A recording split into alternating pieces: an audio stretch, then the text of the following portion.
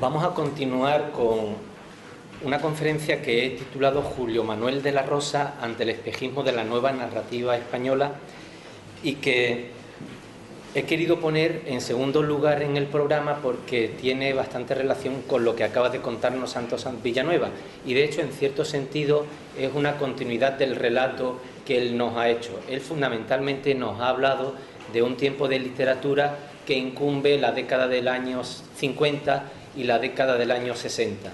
Y yo voy ahora a enlazar con lo que sucede en los escritores de aquella época, y en el caso particular de Julio, en torno a 1970.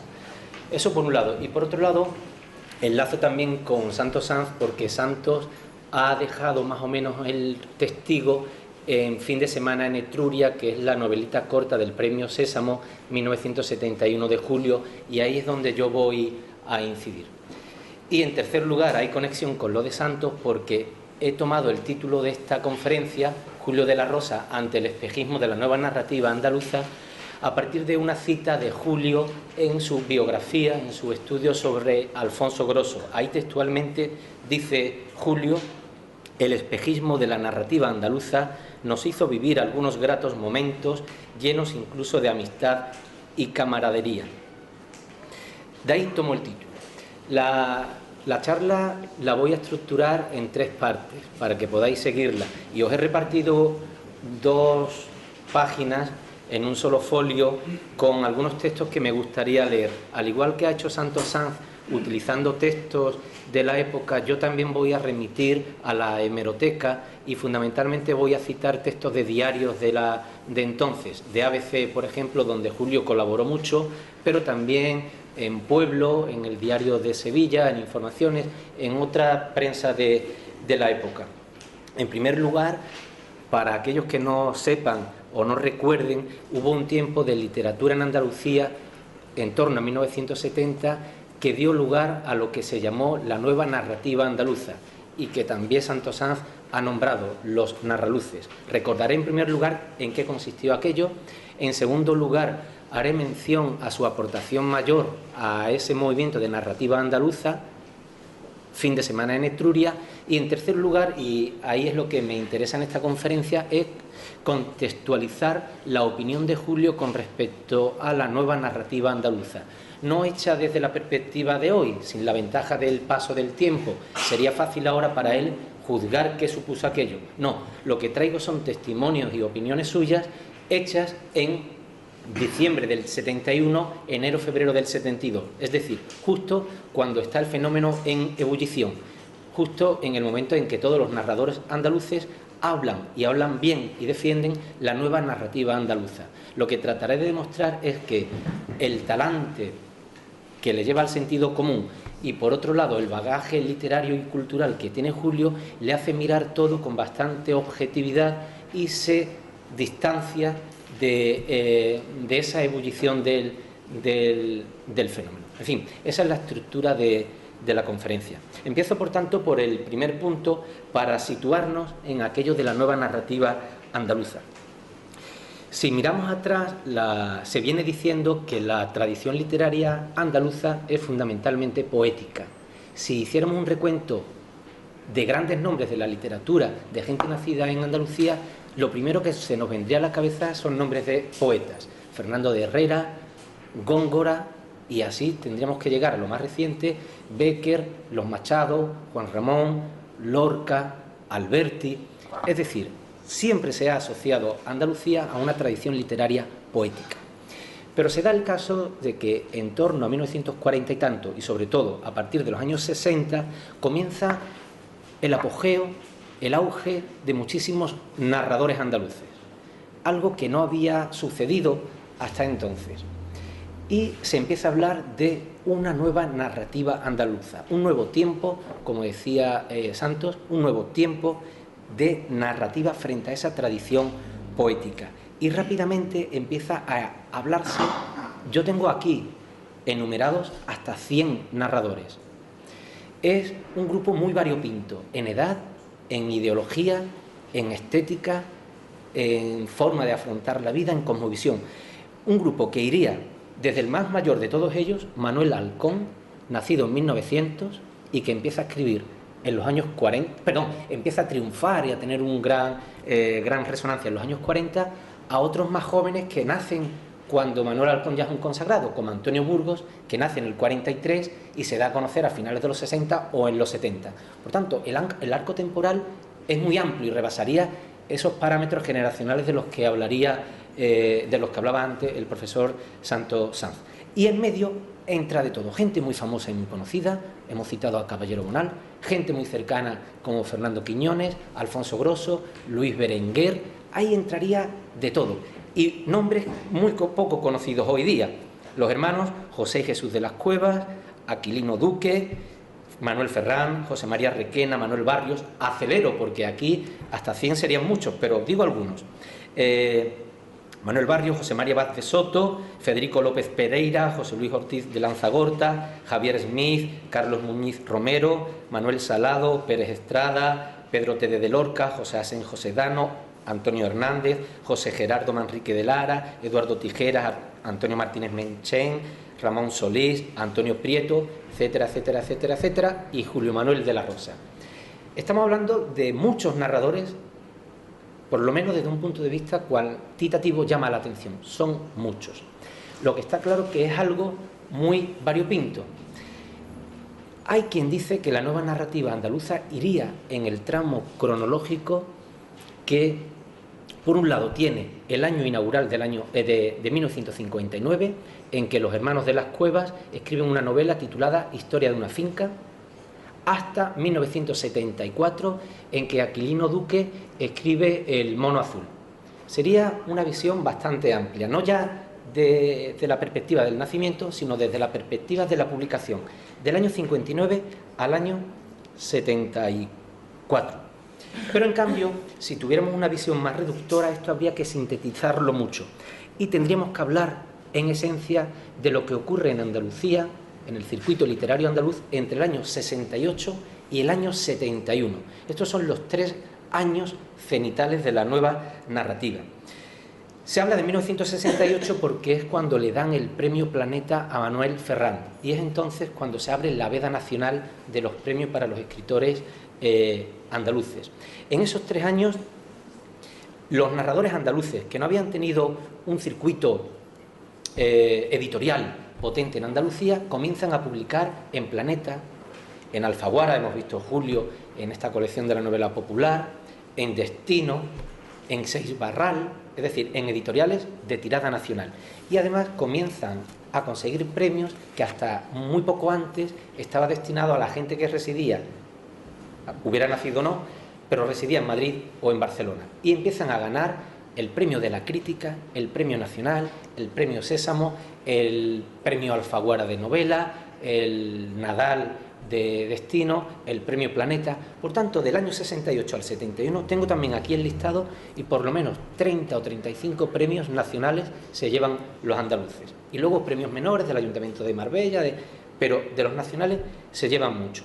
Eso hace que en estos años empiecen los andaluces a vivir un estado de ánimo eufórico y rápidamente desde dentro se quiere potenciar el fenómeno. Así que uno de los mentores de esta iniciativa narrativa, un jesuita, Carlos Muñiz, idea un término para esa nueva narrativa y llama narradores andaluces a los narraluces. Es un neologismo de la suma de narrador andaluz, narraluz. Ese término que al parecer lo sugiere por primera vez Carlos Muñiz hace gracia, gusta, y es José Luis Ortiz de Lanzagorta el que se lo apropia y el que empieza a expandir el término. Por tanto, ya tenemos nombre para la criatura, tenemos premios y tenemos editoriales, y esto crea una polémica de inmediato. Hay quienes son defensores a capa y espada. Carlos Muñiz, Antonio Burgos, Ortiz de Lanzagorta defienden el fenómeno. En cambio, hay gente que son detractores absolutos, como el profesor de la Universidad de Granada, José Antonio Fortes, que dice que esto no existe y no tiene consistencia. Y luego hay otros, como Vaz de Soto, que antes hemos citado, de Huelva, de un pueblo de Huelva, que él, siendo incluido en todos estos repertorios, él se desmarca, porque con esos diálogos del anochecer y otros diálogos, él no tiene nada que ver. O Caballero Bonal, que dice que es un buen invento, pero que él no tiene nada que ver con ese invento. Por tanto, hay una polémica. Para unos, hay una realidad constatable. Muchos escritores, muchos narradores que ganan premios y que publican en editoriales prestigiosas. Y para otros, es todo una campaña de marketing. Es una idea, fundamentalmente de Planeta y de José Manuel Lara, para vender y para contrarrestar el pulso o para luchar contra las ventas de otras editoriales de los latinoamericanos. Por tanto, hay aquí un juego de intereses. Pueden ser, por un lado, la vanidad del escritor, la necesidad de vivir y ganar premios, o intereses comerciales de editoriales, que hace que durante esos 3 años se hable mucho de narrativa andaluza, no en Sevilla, sino también en Madrid. A todo esto es lo que Julio de la Rosa ha llamado el espejismo de la nueva narrativa andaluza. ¿Qué hubo de aquello? ¿Qué ha quedado de aquello de la narrativa andaluza? Hasta ahí el primer punto que yo quería tratar para que sepamos de qué hablamos, ¿no? De lo que escriben los escritores, narradores andaluces entre 1959 y 1974 y, sobre todo, 1968 1972. Bien, uno de los argumentos mayores en los que se apoyan los que defienden la existencia es el logro de premios. El pistoletazo de salida, Manuel Ferrán, con este premio, y luego todos los demás, ¿no? Aquí viene a sumarse Julio de la Rosa en el año 71 con el premio Sésamo, tal y como hemos hablado. Voy a hacer una pequeña reflexión sobre el premio Sésamo y una pequeña reflexión sobre Fin de Semana en Etruria. Ya hemos dicho que el premio Sésamo, lo hemos comentado antes también, tiene que ver con las Cuevas Sésamo. Es un local que está en Madrid y desde los años 50, desde muy principios de los años 50, su dueño y promotor, también lo hemos mencionado antes, Tomás Cruz. Tomás Cruz es un antiguo soldado republicano, participó en la Guerra Civil como aviador, era piloto de aviación, luego sufrió el exilio, estuvo en los campos de concentración de Francia y cuando vuelve en el año 46 a España es encarcelado del 46 hasta el 49, acusado fundamentalmente de haber pertenecido a la FUE, a la Federación Universitaria Escolar de los años de la República. Bueno, este es el promotor de los premios Sésamo en los años 50. Hay 2 premios, uno para cuento que se inicia en el año 55 y que se extingue en el año 67 y otro para novela corta que se inicia en el año 56 y que perdura, ¿no?, todavía. Que sobrepasa este tiempo de historia de la literatura. Bueno, pues en el año 80, cuando se cumplieron los 25 años del premio, la dirección de las Cuevas Sésamo, Tomás Cruz, junto con la editorial Legasa, organizó en Madrid una jornada sobre novela, sobre narrativa, para hacer balance de esos 25 años de la narrativa de los premios Sésamos. Y le hicieron una entrevista a Tomás Cruz que se publicó en El País y de la que yo tengo algunos extractos sacados. Y ahí viene a decir algo que a mí me interesa ahora para relacionarlo con Julio. Dice Tomás Cruz que si tiene alguna enjundia la tertulia y el premio Sésamos es el descubrimiento de jóvenes valores. Esto es fundamental. El premio Sésamo descubre a un joven Julio de la Rosa. Hay que tener perspectiva. Cuando Julio de la Rosa gana el premio Sésamo tiene 36 años, menos de la mitad de lo que tiene ahora, y solamente ha publicado 3 libros que hemos visto antes, 2 conjuntos de cuentos, No estamos solos y De campana a campana, y la novela, que también hemos visto antes, La explosión. Es decir, él gana ese premio cuando su carrera está apenas iniciada y necesita consolidarla, y la consolida con el premio Sésamo. Pero a la vez podemos sugerir que él, con una carrera recién empezada, está aportándole al premio la savia nueva de la que habla Tomás Cruz. Por tanto, el premio le da a él mucho, pero él, en cierto modo, también le da algo al premio.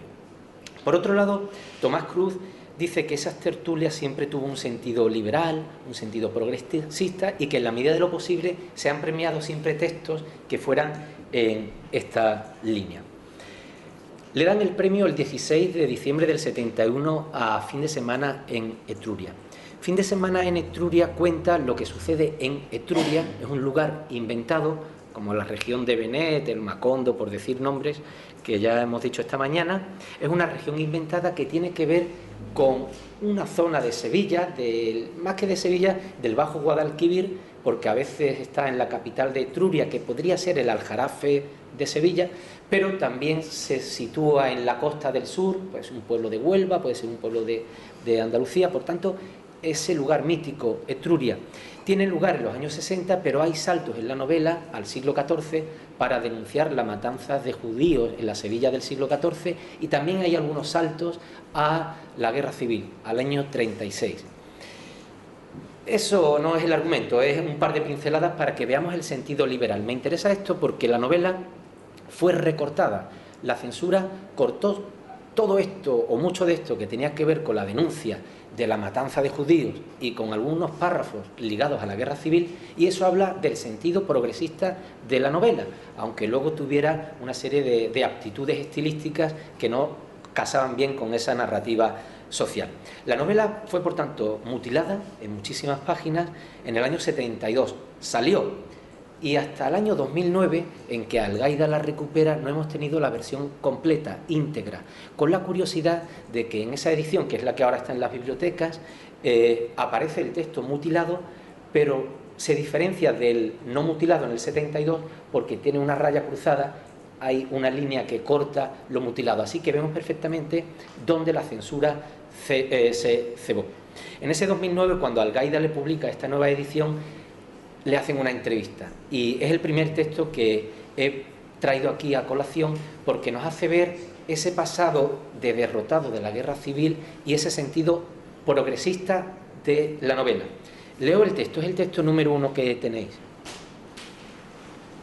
Dice así en El País, Julio de la Rosa: escribí la novela por mi condición de niño de la posguerra y mi condición de hijo de un abogado represaliado cuyas ideas políticas le costaron muy caras, a él y a toda su familia. También la escribí por culpa de un escritor al que he admirado muchísimo, Albert Camus, que era el santo laico de nuestra juventud. Unas palabras suyas eran para mí y mis amigos como el Evangelio. Nosotros, estas son las palabras reproducidas o adaptadas de Camus, nosotros, escritores del siglo XX, solo tenemos una justificación, si es que tenemos alguna: hablar en nombre de aquellos que no pueden hacerlo. Bien, he traído esta cita aquí de Camus porque me interesa mucho. He dicho que Fin de semana en Etruria es su aportación cenital a la nueva narrativa andaluza, puesto que se produce en los años del boom, por hacer el parangón con los latinoamericanos, en el año 71. Pero si es cita a Camus como uno de sus referentes literarios, es porque esta novela tiene muy poco de localista, de regionalista y de andalucista, y hay que leerla como una novela de alcance universal, transcultural, transfronterizo. Es una novela que va más allá de la escritura de un narraluz, es una novela de literatura universal, y luego haré una referencia a esto. En fin, con esto he terminado el segundo apartado, el que refresca al Julio de la Rosa del año 71, el que publicó Fin de semana en Etruria con la tijera, con el lápiz rojo y la posterior tijera de la censura. Y ahora paso al tercer apartado, en el que he hecho también un rastreo de hemeroteca para ver cómo se tomó Julio de la Rosa aquello del boom narraluz y qué opiniones tuvo en aquel momento. Algunas muy valientes, porque suponía enfrentarse con algunos de sus amigos, entre ellos con Grosso. La primera de las opiniones que he recogido de estos meses tiene lugar el día posterior, no es el día posterior, es el mismo día del premio Sésamo. Se lo dan el 16 de diciembre del 71, y esa misma madrugada, el paso del 16 al 17, un periodista, Juan Luis Manfredi, le hace ya una primera entrevista que se publica al día siguiente en el ABC, en la edición de Sevilla del día viernes 17 de diciembre del 71. Ahí dice el periodista Manfredi, textualmente dice: Julio, podías empezar con las conexiones que hay o que se le van a buscar a tu premio con la narrativa andaluza. Ese es el envite, esa es la pregunta. Y el texto lo que vosotros tenéis es la respuesta de Julio. Parece que hay una errata en la quinta palabra, parece que hay una errata de transcripción, porque si le dice las conexiones no será concesión sino conexión. Julio responde lo siguiente: desde luego hay una conexión, pues con esta novela lo que hago es integrarme en un movimiento coherente e importante a través de una obra que, si bien no es regionalista, sí participa de algunas de las constantes que caracterizan a la narrativa andaluza, a la que por otro lado le estoy muy agradecido, porque no cabe duda que me ha favorecido en estos momentos la gran repercusión que tiene ahora mismo en toda España lo que se escribe en Andalucía. Bien, voy a analizar algunas de las consideraciones que Julio de la Rosa pone aquí. La contestación, por lo pronto, marca un distanciamiento. Él ha dicho textualmente, si bien no es regionalista. Ha querido marcar, por lo pronto, una distancia de su novela con el sentido regionalista. Esto puede ser por muchas razones. Puede ser por una convicción estético-ideológica de Julio. Puede ser por una conducta estratégica, me distancio de lo andaluz. Pero en cualquier caso, y más allá de que nosotros intentemos ver ahí más de 4 pies o menos de 4 pies al gato, yo creo realmente que dice la verdad, porque Fin de semana en Etruria es todo menos un alegato regionalista. Es una novela de alcance universal. Me he anotado aquí algunos de los temas esenciales de la novela para demostrar que, aunque está ubicada en el Bajo Guadalquivir en los años 60, es una novela transfronteriza y multicultural. Es una novela que trata, por lo menos así lo veo yo, de la soledad, el vacío, el cansancio vital, el miedo, el rencor, el odio, la cobardía, la humillación, la infelicidad, la insatisfacción, la infidelidad, la violencia, la venganza, la injusticia, la desigualdad, la pobreza y, resumiendo todo, los efectos anímicos, las consecuencias de las relaciones humanas, las relaciones de tipo amoroso, matrimonial, amistoso, laboral y generacional. Por tanto, la lectura que debemos de hacer de Fin de semana en Etruria a partir de esa declaración a Manfredi es que no es una novela regionalista. Él estaría integrado en ese movimiento, pero no con una aportación de defensa de lo andaluz. Siguiendo con esa declaración, el final de la declaración también tiene miga, tiene enjundia. Dice ahí que consiente verse integrado en el movimiento de la narrativa andaluza, al que califica de coherente e importante, porque esa circunstancia le ha repercutido mediáticamente, le ha favorecido. Lo que viene a decir Julio de la Rosa es que en el año 70-72 lo andaluz está de moda. Y el argumento más repetido por todos los defensores de lo andaluz, ya lo he dicho yo antes, los premios que se ganan y los catálogos de editoriales donde están. Planeta, Alfaguara, Destino Seibarral y premios Planeta, Alfaguara, Nadal, Biblioteca Breve, Crítica. Hay, por tanto, un auge de lo andaluz. Segunda declaración. Unos días después le hace una entrevista a Antonio Burgos. Antonio Burgos es uno de los grandes defensores de lo andaluz y un gran defensor de los narraluces. Y el 3 de febrero, 2 semanas después del año 72, publica un artículo, entrevista titulado Julio Manuel de la Rosa de San Ildefonso a Etruria. Es el texto 3 que he seleccionado. En este caso, Antonio Burgos da pie a otra reflexión. El pie es este. El tema me parece que quedó expuesto aquí otro día. Julio de la Rosa, antes de demostrar andando el movimiento con esto del sésamo, fue el primero que en estas mismas páginas de ABC se tomó el cuidado de hablar de la novela en el sur, de hacer un primer censo de aproximación al tema. Y la respuesta suya, que es más extensa, pero que merece la pena leer, es la siguiente.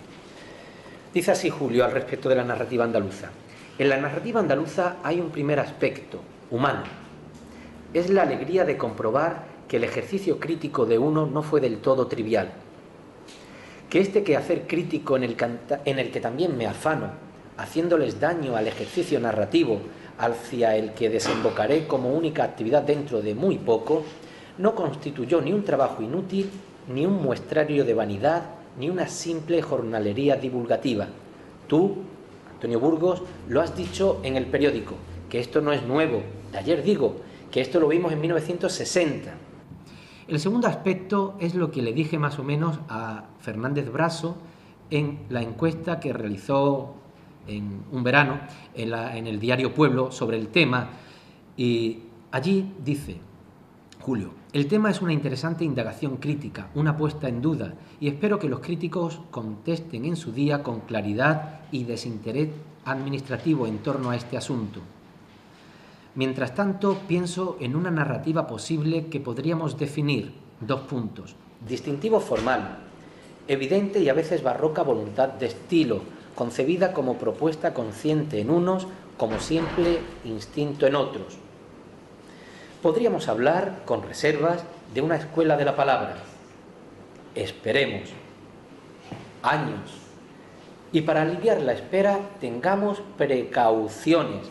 Que desde fuera esto se puede confundir con lo otro, que se puede caer incluso en la broma, que sí, que existe una serie de hombres de diversas edades y diferencias específicas que nacidos en Andalucía hacen narrativa y que esta vaciada en rasgos comunes puede ofrecer a su vez ciertos puntos o unidades diferenciales. Cada uno por su lado. Estaría bueno que dentro de 3 días el crítico oficial saliese con: hacen regionalismo palabrero. Cuidado. Bien, voy a analizar también esta extensa manifestación del escritor. En primer lugar, quiero llamar la atención sobre lo que dice Antonio Burgos. Julio de la Rosa se tomó el cuidado de hablar de la novela en el sur, de hacer un primer censo de aproximación al tema. Aquí hay que llamar la atención sobre el valor que tiene la lectura en Julio de la Rosa, antes que la escritura.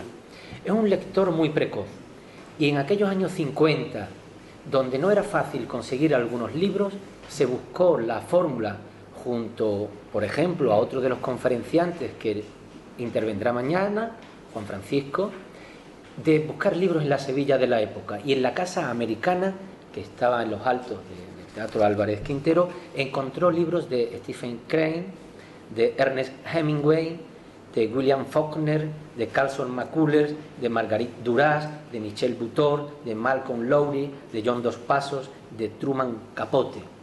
Por tanto, él hablaba de la narrativa andaluza conociendo a estos autores. Y luego también en esos años 50 empieza a descubrir el desparpajo humano y la calidad literaria en los relatos cortos de Ignacio Aldecoa, al que trata desde el año 57, y muy pronto queda prendado también del mundo mítico y de las aptitudes estilísticas y fabulísticas de Juan Benet. Por tanto, él conoce muy bien la narrativa y de hecho tiene una larga obra de crítica literaria, lo hemos visto como narrador en la estafeta literaria, pero también hace crítica literaria en la estafeta, en papeles de Son Armadans, en cuadernos hispanoamericanos y luego en ABC y en otra prensa de la época. Por tanto, él sabe de literatura y es el primero que hace un censo de narrativa, hace crítica literaria cuando los demás están escribiendo. Creación, él está haciendo ya crítica literaria y de hecho tiene algunos libros sobre escritores como Pavese, Cernuda o Alfonso Grosso. Por tanto, conoce bien la literatura como crítico y a eso alude Antonio Burgos en la entrevista. Luego, por otro lado, dice Antonio Burgos: fuiste el primero que aquí en el sur empezaste a hablar de narrativa andaluza. Y dice él: sí, pero eso fue en los años 60. Aquí tendríamos que dar un salto no a lo que él publica en el ABC, sino a lo que publica en el Diario de Sevilla en el año 62. No se dice en esa entrevista, pero se refiere a esto. En el año 62 él inició una serie en el Diario de Sevilla titulado así: Andalucía descubierta, notas para una geografía novelística. Y ahí es donde él empieza a atisbar, es por tanto un visionario, que los poetas de la tradición esa literaria andaluza están siendo, no tapados, porque no se puede tapar a Góngora, a Juan Ramón o a Machado, pero que sí está siendo ahora los poetas del 60 tapados o equilibrados por muchos novelistas andaluces. Otro de los mentores de los narraluces he dicho antes que es José Luis Ortiz de Lanzagorta. José Luis Ortiz de Lanzagorta publica un librito del que luego voy a hablar, con entrevistas a estos escritores. Y en el preámbulo a la entrevista que le hace a Julio, dice esto que conecta con ese lector precoz que es. Dice así, luego hablaré de Ortiz de Lanzagorta y de su librito, pero ahora me interesa decir lo que la nota biográfica que pone al frente de la entrevista dice: Julio de la Rosa puede ser considerado como uno de los pioneros de la crítica sobre narrativa andaluza y narrador precoz en este mismo sentido, ya que desde los 17 años dedicó todo su esfuerzo al estudio y la creación novelística. Por tanto, el distanciamiento que él toma con respecto a la efervescencia, al auge, al clima de una narrativa regionalista, él toma ese distanciamiento porque conoce otras tradiciones, es un hombre culto literariamente hablado, conoce otras formas de escribir en la literatura universal. En fin, es por tanto alguien que conoce muy bien la literatura andaluza y de hecho tiene un librito que se llama La narrativa, apuntes sobre novelistas sevillanos, donde habla de Manuel Halcón, Alfonso Grosso, García Viñó, Aquilino Duque. Esa era la primera reflexión, su conocimiento. La segunda, en la entrevista a Antonio Burgos, insiste varias veces y dice textualmente: ¿crees en esta narrativa andaluza? Y él dice: tengamos precauciones. Y remata con un expeditivo: cuidado. O sea, que ni siquiera en el año 72, cuando todo el mundo está aplaudiendo lo que hacen sus amigos, él se lanza al ruedo. Él es valiente y es también, en este sentido, podemos decir, prudente, cauto, no sé si objetivo, pero llama la atención sobre el cuidado, sobre la prudencia. Es quizá lo que yo decía al principio, una predisposición de su sentido común o puede ser una herencia de su bagaje literario. En cualquier caso, no se deja llevar por el acaloramiento regionalista. Pretende antes una comprensión del fenómeno desde un perspectivismo crítico. Por eso dice: esperemos años a ver qué es lo que produce estos 100 escritores que dice que tenemos ahora en Andalucía. Y hay otro tercer aspecto reseñable en esta entrevista. Dice así, al final, si recordáis lo que hemos leído, dice: hay que tener cuidado con la postura de la crítica oficial. Dice textualmente: estaría bueno que dentro de 3 días el crítico oficial saliese con: hacen regionalismo palabrero. Está claro que él no dice quién es el crítico oficial, pero podemos sugerir una respuesta. El crítico oficial posiblemente se refiera o bien a críticos conservadores de la Sevilla de la época, pero sobre todo a la crítica oficial que se hace en las dos capitales culturales de la época, en Madrid y en Barcelona. Por tanto, dice: cuidado con lo que aquí hablamos de regionalismo palabrero en Sevilla, porque nos la van a dar todas desde Madrid o desde más arriba o desde Barcelona. Y por eso él dice: incluso nos pueden tomar a broma. Quizás, si esos narradores andaluces se hubiesen tomado más en serio ese sentido de la prudencia, hubiésemos escapado mejor. Porque quizás la gente con el poder en el circuito literario, es decir, los directores de los periódicos, los directores de los suplementos literarios, los directores de las editoriales, los jurados de los premios literarios, hubiesen tomado de forma más natural lo que venía desde una región como era la andaluza, o lo que pasó también con los narradores guanches, los que venían de Canarias, ¿no? No lo hubiesen tomado como una necesidad de invadir la capital catalana o madrileña, sino un momento más natural, y el crítico oficial hubiese salvado a algunos buenos escritores, pero no la avalancha de narradores que venían de Sevilla. Como digo, Julio dice: cuidado que nos van a tomar a broma. Y esto me hace engarzar con una entrevista más reciente. En el año 2008, en el periódico El Mundo, Juan María Rodríguez le hace una entrevista y le pregunta de nuevo, a raíz de la salida de Fin de Semana en Etruria, por los narradores andaluces. Y ahí Julio contesta una generalidad: sí, aquello fue algo que tuvo lugar en Andalucía en el año 70, y dice, en fin, pero aquello, como decía Grosso, y ahora cuento la anécdota de Grosso, que ya lo hemos referido aquí. Grosso dijo que aquello de los narraluces no lo había inventado Carlos Muñiz, ni lo había auspiciado Ortiz de Lanzagorta, sino que lo había inventado él yendo en un coche a 200 kilómetros por hora con Luis Berenguer. Eso es lo que recoge en la entrevista que le hacen a Julio en el 2008. Y ahora yo contextualizo esa anécdota.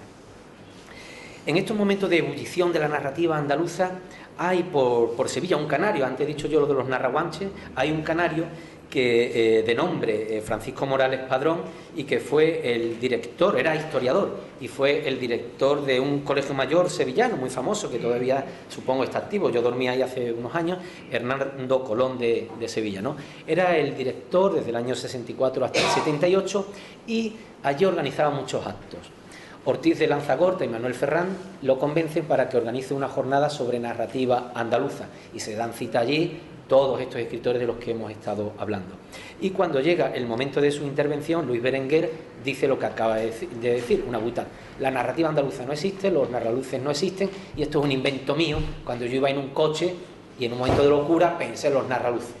Eso armó un revuelo, porque parecía que era un refrendo académico, universitario, a esto de la narrativa, y allí hubo un revuelo, el organizador, pero todo lo puso peor el correctivo de Luis Berenguer. Luis Berenguer tomó la palabra y dijo: Alfonso dice la verdad, pero solo a medias.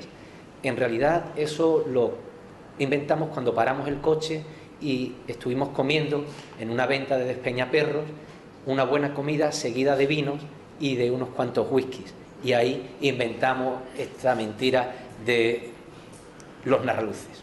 Es así más o menos, Julio. Bueno, pues esto es lo que Julio dice: tengamos cuidado con tanta ebullición del fenómeno y con estas tonterías, porque nos van a tomar a broma.